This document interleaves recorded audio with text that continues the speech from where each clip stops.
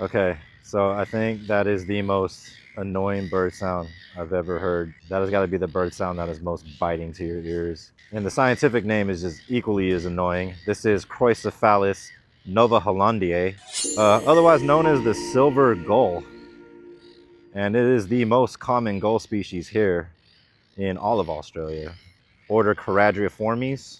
You know, they're really out there to be opportunistic for everything. Stealing your food when you're not looking, when you're sitting on the beach. Just general scavengers, just scavenging anything that they can. That's the thing that gulls got going for them. That call right there, that annoying ass call, is how they're communicating with each other. And they're probably squawking at me right now because they were silent until I walked up here. They're probably like, hey, what's this motherfucker doing? He don't look like an Australian. He look like he from LA. Ah, now they shut up. Silver gull, everybody.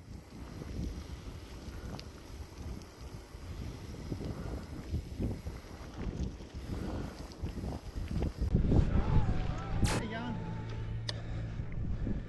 G'day, how you going? How's it going? Good. My name's Dave, I'm from the Rottnest Ranges. Okay. I'm just checking, is that a hand spear at all? No, it's a fishing rod. Do you mind if I just have a squeeze? Yeah. Yeah. No dramas. All right, cool. Just needed to check because hand spears, spear guns, all that sort of stuff are prohibited items on the island. Copy that. Awesome. All right. Enjoy your day. You too. Thanks, mate.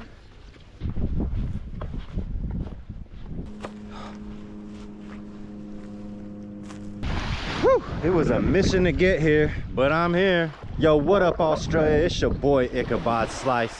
I'm out here in Western Australia on the lovely island known as Rottnest Island. That's German for rat nest island because apparently when they got here they thought it was overrun with rats, but they weren't really rats, they were these marsupials. For those of you who don't know, Australia never really evolved with placental mammals. Yeah, this whole continent was cut off from the rest of the world, which basically allowed for the proliferation of marsupial mammals to be the dominant mammals on this continent. Now you have all these invasive placental mammals, rats, rabbits, foxes, camels, cats and stuff. Yeah, you name it. But anyway, when it comes to Rottnest Island, the reason why I wanted to come here is because, well, Western Australia is known as a Mediterranean climate, which means it's hot during the summer and wet during the winter. In the winter months, which is usually around June, July, August, September in this part of the region of the world. Pretty much the same story in California, it's just that the winter months are around December and January. But yeah, so I'm kind of making a loose comparison between Western Australia and California, at least Southern California.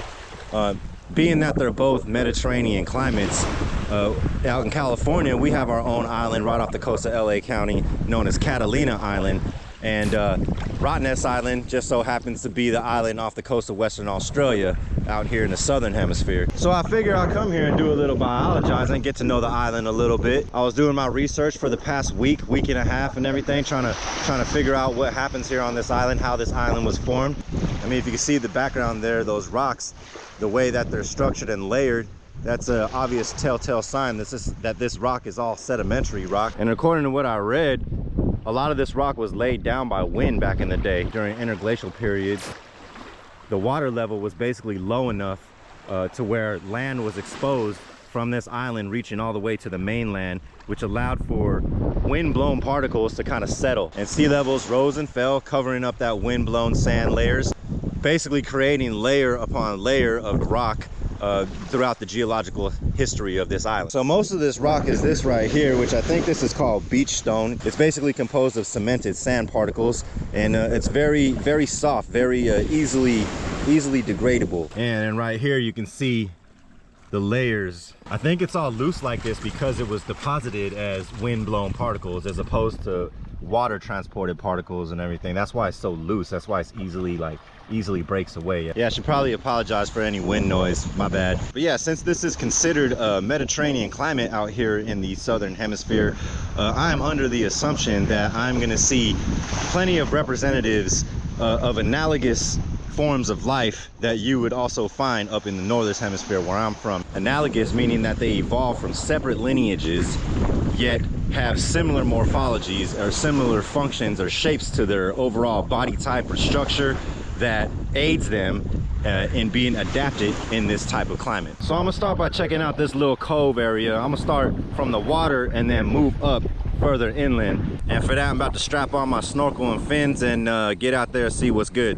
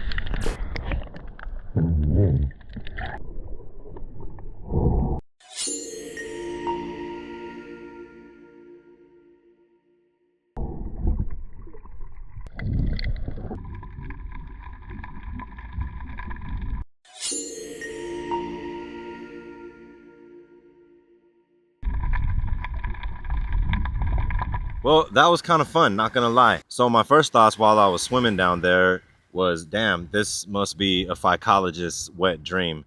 If you don't know what phycology is, it's basically the study of algae, seaweeds, because there was just so many different species of marine algae down there. And I found a couple of free-floating pieces of some that I kind of want to talk about right now. I mean, looking at the footage, it does differ significantly from the waters of Southern California. And one of the main differences that I noticed is that, you know, they don't really have kelp forests out here, at least, or anything similar to kelp forests.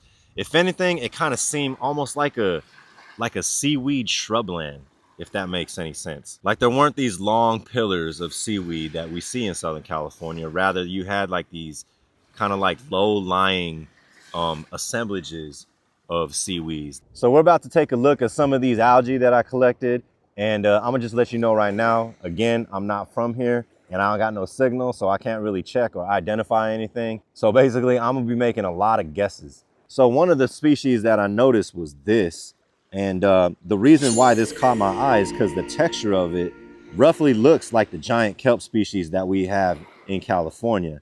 I mean, it kind of has this kind of like wavy like texture. It's got different margins, almost kind of like dentate margins on it. I'm assuming this is some sort of phaeophyton in the brown algae group. And another interesting thing that I noticed with this is that when I tried picking it up off the ocean floor, I noticed that none of them ever had any holdfasts or anything like that. They seem to be not really free floating per se, rather they're just stuck close to the ground. Like this piece that I'm holding right here seems to be intact. Like there's no portions that was broken off. I didn't have to break it off or anything.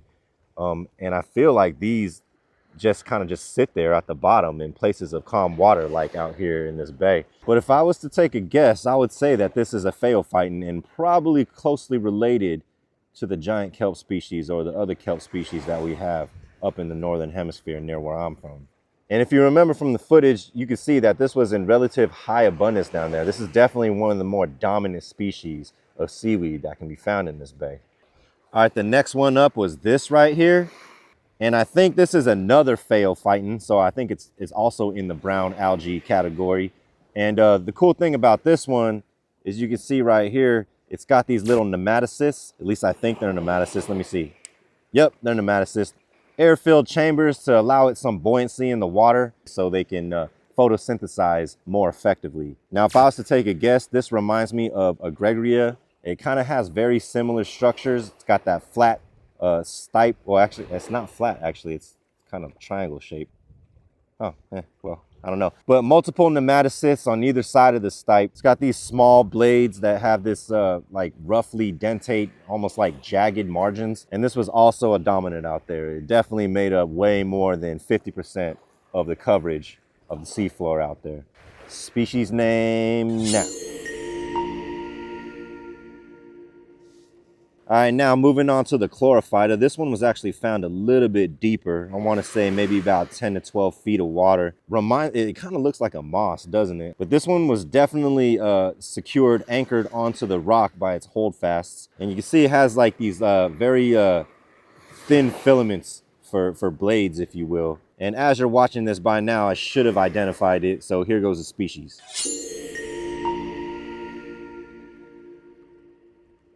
All right, this next one is something that I'm not really used to seeing. I believe this is another type of chlorophyton, and I'm only saying that just because it's green. So this one was found not as deep in the water column, but there were huge patches of it. So this was definitely a dominant. And I noticed as I brought it out the water, it tends to dry out really quickly. Species name now.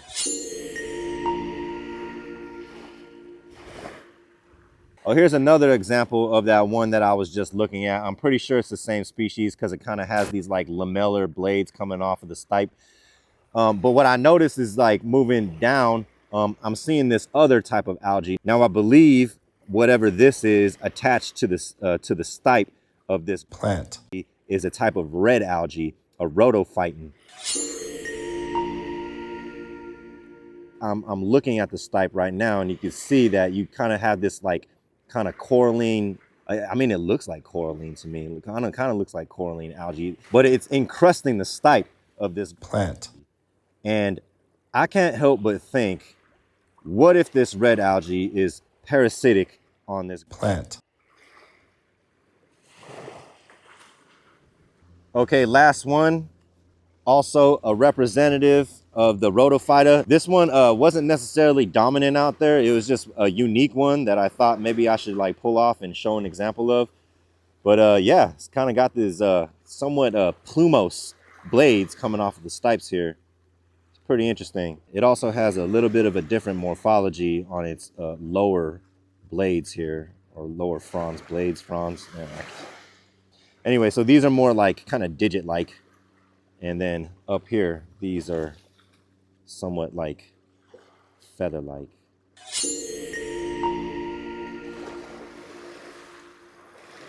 So additional thoughts on my little snorkeling escapade out here. Interesting enough, I didn't see that much of an assemblage of invertebrates. Like it was kind of odd to me. I thought I would have seen something. I am seeing shells on the seashore here. One in particular is this right here. This is some sort of limpet, order gastropoda. But other than that, yeah, like I'm not really seeing any echinoderms. Didn't really see any snails or other gastropods out there. No worms, no tube worms, no feather worms and everything like that. And that got me thinking, like, I wonder if that's because of the water quality. So we're on the west coast of Australia, which is basically the east side of the Indian Ocean. And the Indian Ocean is predominantly tropical. And tropical water is more salty and usually has fewer planktonic organisms in it, which means that the nutrient content isn't that high. It's not as high as what you would find at the equal and opposite latitudes in the Northern Hemisphere, i.e. California, Oregon, Alaska, and stuff like that. So the main influence of the oceanic currents is coming from the Indian Ocean, from tropical waters. So tropical waters are coming here. And because of that, there's essentially not that much food in the water, like not that much planktonic food availability in the water, which is probably why I'm not really seeing a lot of filter feeding organisms. You know, I'm not seeing any mussels, no barnacles or anything like that. The assemblages of animal life that I'm observing currently right now seem to be mostly fish, and different species of fish, different families of fish than what we would have in California.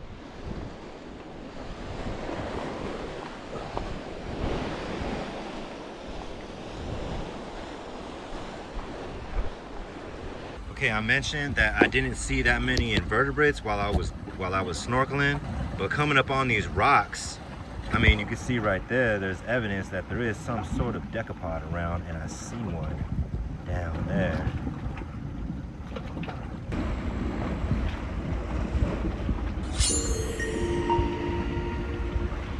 Okay, there we go. I wonder if that's the Western Australian equivalent to the striped shore crab. I wonder if it's in the same family. I wonder if it's in the same genus. That'd be crazy though. And you know, it makes sense. Rocky shoreline. You'll have some arthropods, definitely some arthropods that are adapted to this type of habitat. Right there. Oh yeah, these definitely look like Pachygrapsis. I mean, those look very similar to what we have in Southern California. The juvenile Pachygrapsis, that's pretty much what they look like right there. But yeah, man, yeah, looking at these rocks, man, I'm seeing a few more other invertebrates. Let's go take a look at them. Okay, looks like we got some mollusks. And I wonder if these are also Littorina, or in the same family, Littorinidae. Yeah, I have a feeling these are Littorina.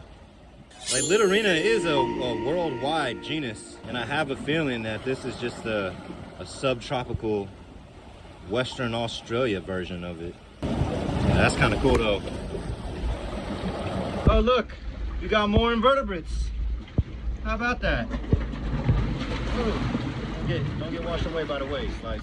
All right, we got a lot of examples here. Seems like we have some limpet species. I wonder if it's in the same genus Ladia as we have in Southern California. And then we also have a barnacle here, Cirripedia.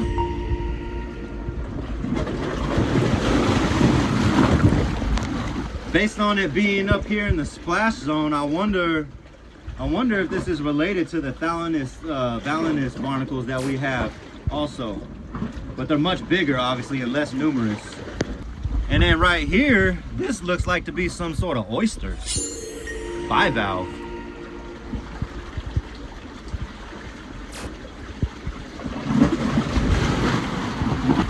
Oh, and then we have another gastropod right here. Sorry, I don't mean to be abusive, but people want to learn. Okay. Oh, look at that.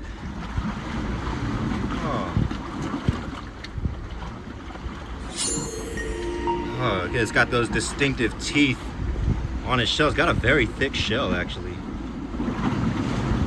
Also, these ridges on the margins of its shell. It's got an operculum. Seems like the operculum is. It's got an interesting texture as well. Pop out and say hi. And its tentacles sticking out. Anyway, I'll put you back on the rock. So if you're ever prying off mollusks and you want to put them back safely, you can just hold them onto the rock until they grab on themselves. Just like that. You know, it makes a lot of sense that a lot of the invertebrates are hanging out in the shady portions or the shady parts of the rocky intertidal out here. Ugh. I mean, the sun is pretty intense, so it kind of makes sense. But then, god damn, look how big those crabs are. Whoa. Yeah, I must say, our striped shore crabs do not get this big. Man, look at that. It is massive. All right, we got an anemone species here, but it's well inundated by this wave pressure. So I'm gonna stick the camera underwater and hopefully get a good shot of it.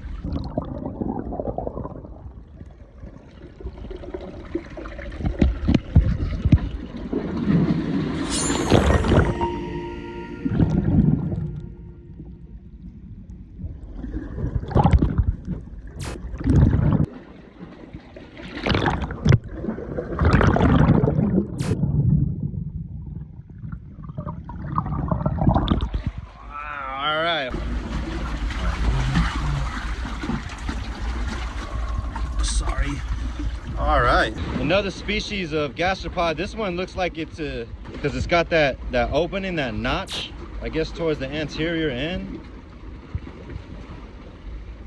And again, it's got those ridges. Yeah, I'm not too sure, but I'll figure it out later for sure.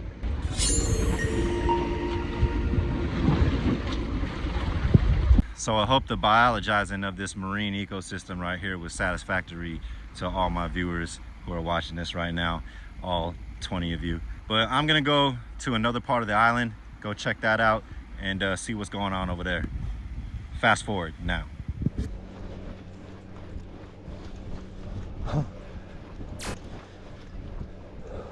Okay, so I'm currently on the interior of the island.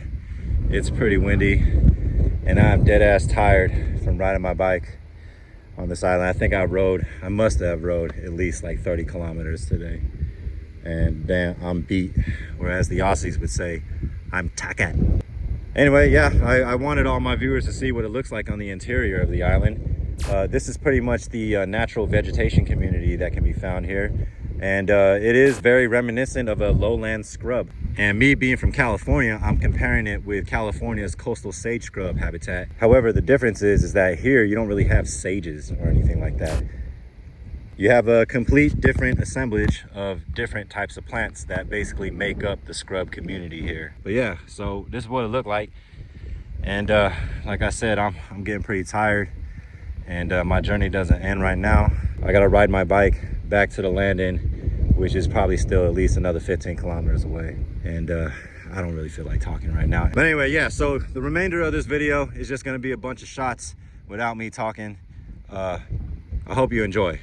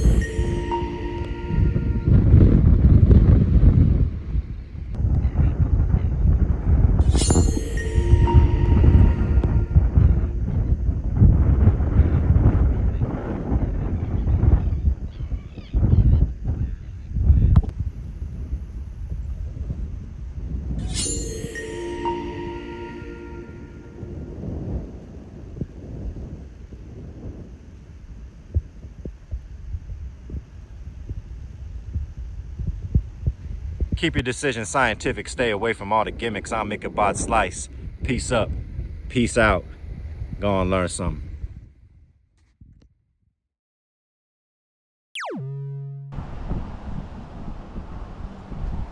Oh, there we go.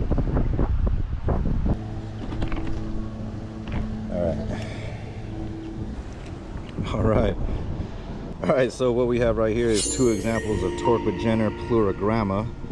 This is considered actually like a trash fish out here because they tend to steal fishermen's baits, and they're very plentiful, which is why I decided to catch it first. They're in the order Tetraodontiformes, which is a pretty modern lineage of fish. You notice like one of them right there is starting to expand. That's because as a defense mechanism, what they can do is they can suck in water or air if they're out of the water into their stomachs, basically expanding their bodies to up to 10 times their size and everything. And that's to make it difficult for any predators that might want to eat them. There are related species to these, most notably the porcupine fish, which also has added spines. So when they blow up, those spines make it even more difficult for a predator to eat them. But it's kind of cool though, man. You can see like the way that they move. You see that they have that second dorsal fin and the anal fin. That's how they move mostly. They flap them back and forth. Kind of the same concept as a Hobie Mirage drive, if you know what that is. And also works on the same physical principles as a sailboat too.